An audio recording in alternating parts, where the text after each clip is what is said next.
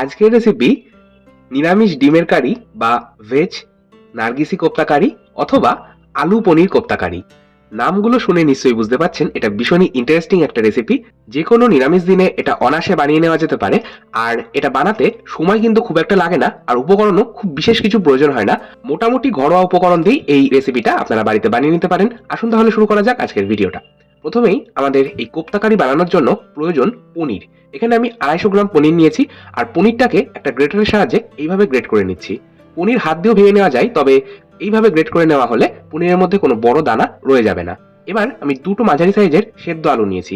আলুটা আমি প্রেসার কুকারে খোসা সমেত একদম হাই ফ্লেমে 4 থেকে 5টা হুইসেল বা সিটি দিয়ে সেদ্ধ করে নিয়েছি। তারপর প্রেসার কুকারের স্টিমটা সম্পূর্ণ রিলিজ হয়ে গেলে আমি গরম জল থেকে আলুগুলো তুলে নিয়েছি আর আলুটা ঠান্ডা করে নিয়েছি। আলু ঠান্ডা হয়ে গেলে খোসা ছাড়িয়ে নিচ্ছি, আর এইভাবে খোসা ছাড়িয়ে এই গ্রেটারের সাহায্যেই গ্রেট করে নিচ্ছি। আলুটাকেও একইভাবে আপনারা কোনো ম্যাশারের সাহায্যে ম্যাশ করে নিতে পারেন। আবার চাইলে এইভাবে গ্রেট করে নেওয়া যেতে পারে, আবার চাইলে হাত দিয়েও মেখে নেওয়া যেতে পারে। তবে আমার মনে হয় এইভাবে গ্রেট করে নিলে বেশি ভালো হয়। হাত দিয়ে মাখলে অনেক সময় দেখা যায় বড় দানা রয়ে গেছে, তাই এইভাবে গ্রেটারে গ্রেট করে নিতে পারেন, আবার চাইলে ম্যাশারে ম্যাশ করেও নিতে পারেন। আর এখানে আমার 250 গ্রাম পনিরের জন্য দুটো মাঝারি সাইজের আলু প্রয়োজন পড়বে। আচ্ছা, আমি পনির আর আলুটা গ্রেট করে নিয়েছি। এবার এর মধ্যে ব্যবহার করব কর্নফ্লোর। এখানে আমি 4 টেবিল চামচ অর্থাৎ মেজারিং কাপ হিসেবে বললে 1/4 কাপ কর্নফ্লোর ব্যবহার করছি। কর্নফ্লোরের পরিবর্তে অ্যারারুট ব্যবহার করা যেতে পারে, তবে ময়দা ব্যবহার না করলেই ভালো হয়। কর্নফ্লোর বা অ্যারারুট ব্যবহার করা হলে একটা সুন্দর বাইন্ডিং আসবে। আর কর্নফ্লোর বা অ্যারারুট ব্যবহার করা হলে খুব সুন্দর একটা ক্রিস্পিনেস বা মুচমুচে হবে। এরই মধ্যে 1/2 চা চামচ লবণ বা স্বাদ মতো লবণ আর 1/2 চা চামচ গোলমরিচ গুঁড়ো দিয়ে এবার ভালো করে মাখিয়ে নেব। আর কোনো রকম মশলা এর মধ্যে ব্যবহার করার প্রয়োজন নেই। খুব ভালো করে মেখে নিতে হবে। মোটামুটি 2 থেকে 2.5 মিনিট সময় ধরে এটা মেখে নিতে হবে। আর হাতের তালুর সাহায্যে এইভাবে একটু প্রেস করে করে মাখতে হবে, যাতে একদম এটা একটা মসৃণ ডোয়ে পরিণত হয়। সবশেষে আমি হাতের মধ্যে 1/2 চা চামচ সাদা তেল নিয়ে অর্থাৎ রিফাইন্ড অয়েল নিয়ে এইভাবে ডোটাকে আরো একবার ঠেসে নিচ্ছি। এতে করে ডোয়ের মধ্যে একটা সুন্দর মসৃণ ভাব চলে আসবে, আর হাতের সাথে যে পনির বা আলুটা লেগে যাচ্ছিল সেটাও কিন্তু সম্পূর্ণ ছেড়ে আসবে। দেখুন একটা সুন্দর ডো তৈরি হয়ে গেছে। এবার আমি এই ডোটা থেকে কিছুটা অংশ কেটে নেব। অর্ধেক কিন্তু আমি কাটছি না। ধরুন একটা ডোয়ের 70% রাখছি আর বাকি 30% কেটে নিচ্ছি।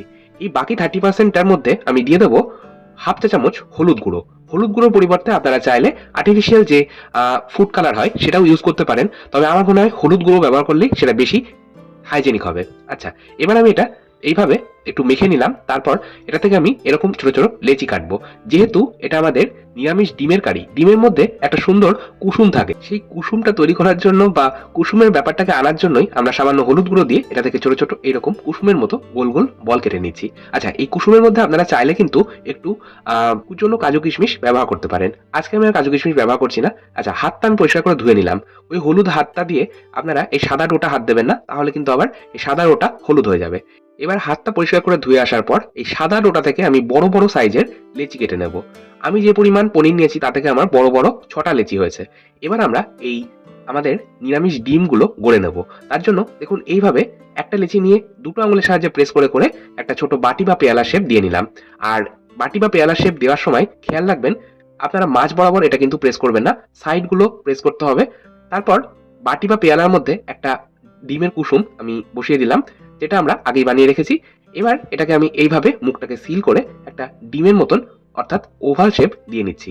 দেখুন এই ওভাল শেপ দেওয়ার সময় আপনারা উপরের দিকটা একটু লম্বাটে করবেন, তাহলে একদম ডিমের মতনই দেখতে লাগবে। ডিম কিন্তু সম্পূর্ণ নিরেট গোলাকার হয় না। এইভাবে আমি সমস্তটা গড়ে নিলাম।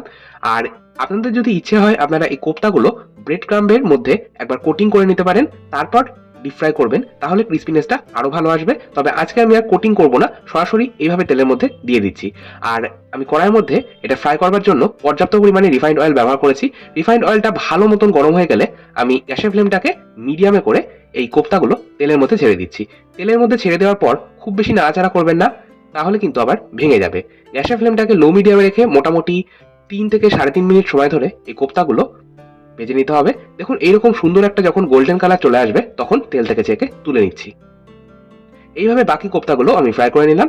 এবার আমরা গ্রেভির জন্য মশলার পেস্ট বানিয়ে নেব।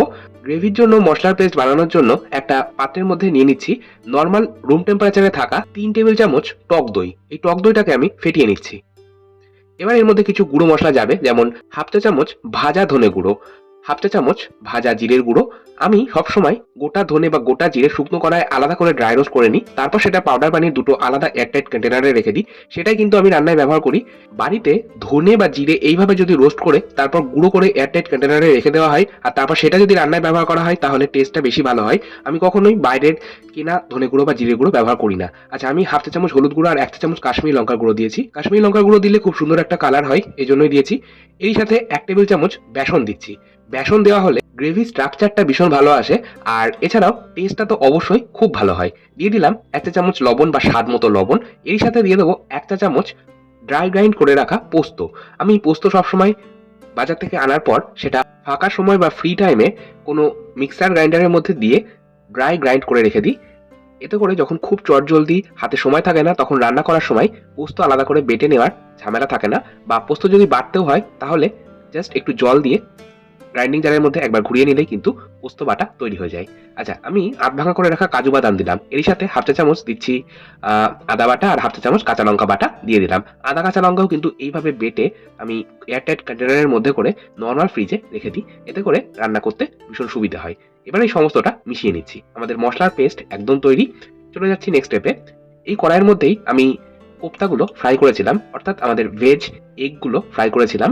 তো ফ্রাই করার পর কড়াইয়ের মধ্যে বেশ অনেকটা পরিমাণ তেল ছিল, সেটা কমিয়ে নিয়েছি। আর কড়াইয়ের মধ্যে এখন রয়েছে 1 টেবিল চামচ রিফাইন্ড অয়েল। এবার আমি কিছু ফোড়ন দেবো। ফোড়নের মধ্যে একটা ফাটিয়ে নেওয়া শুকনো লঙ্কা, দুটো তেজপাতা, আর এরই সাথে আমি দিয়ে দেবো দুটো থেতো করে নেওয়া বড় এলাচ।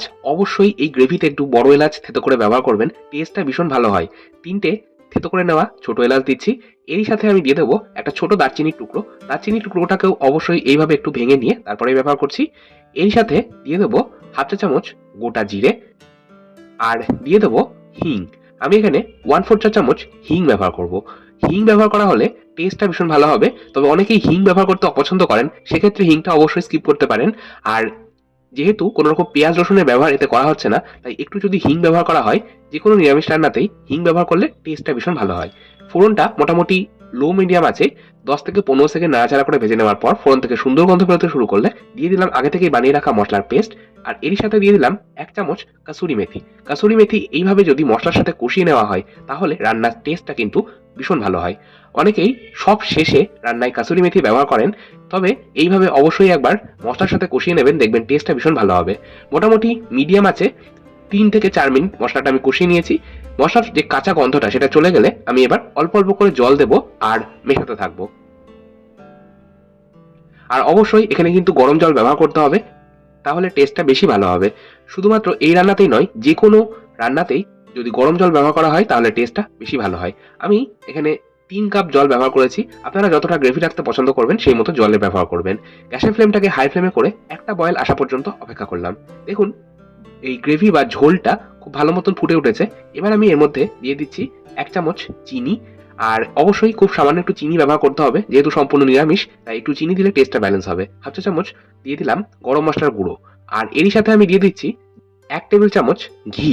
অবশ্যই সবশেষে একটু ঘি যদি দেওয়া হয় তাহলে টেস্টটা ভীষণ ভালো হবে, আর ঘি ব্যবহার করার কারণে একটা সুন্দর গন্ধও আসবে। আচ্ছা, গ্যাসের ফ্লেমটাকে আমি এইবার একদম লো মিডিয়ামে করে নিলাম। গ্যাসের ফ্লেম লো মিডিয়ামে করার পর আগে থেকে ভেজে রাখা কোপ্তাগুলো আমি এইভাবে গ্রেভির মধ্যে দিয়ে দিচ্ছি। গ্যাসের ফ্লেম কিন্তু হাই ফ্লেম বা মিডিয়াম ফ্লেমে রাখবেন না। কোপ্তাগুলো গ্রেভির মধ্যে দেওয়ার পর যদি গ্যাসের ফ্লেমটাকে হাই ফ্লেম বা মিডিয়াম ফ্লেমে রাখা হয় তাহলে কোপ্তাগুলো কিন্তু সম্পূর্ণ ভেঙে যাবে। আচ্ছা, আমি এটা কভার করে একদম লো মিডিয়াম আঁচেই মোটামুটি 2 মিনিট একটু ফুটিয়ে নিয়েছি, যাতে কোপ্তার মধ্যে গ্রেভিটা ভালো মতন ঢুকে যায়। এবার 2 মিনিট পর গ্যাসের ফ্লেম বন্ধ করে 5 মিনিট স্ট্যান্ডিং টাইমে রেখে এবার গরম গরম পরিবেশন করব। এই নিরামিষ ডিমের কারি বা নার্গিসি কোপ্তা কারি যে কোনো রকম রুটি পরোটার সাথে খেতে কিন্তু অসাধারণ লাগে। আপনারাও অবশ্যই বাড়িতে এইভাবে একবার বানান, খান, পরিবারের সকলকে খাওয়ান, দেখবেন সবাই কিন্তু আপনার প্রশংসাই করবে। একটা কোপ্তা আপনাদের অবশ্যই কেটে দেখাবো, দেখুন একদম ডিমের মতন দেখতে লাগছে। আজকের মতো তাহলে এই পর্যন্তই, আবার চলে আসবো নতুন কোনো ভিডিও নিয়ে। আপনারাও ভালো থাকুন, সুস্থ থাকুন, ধন্যবাদ।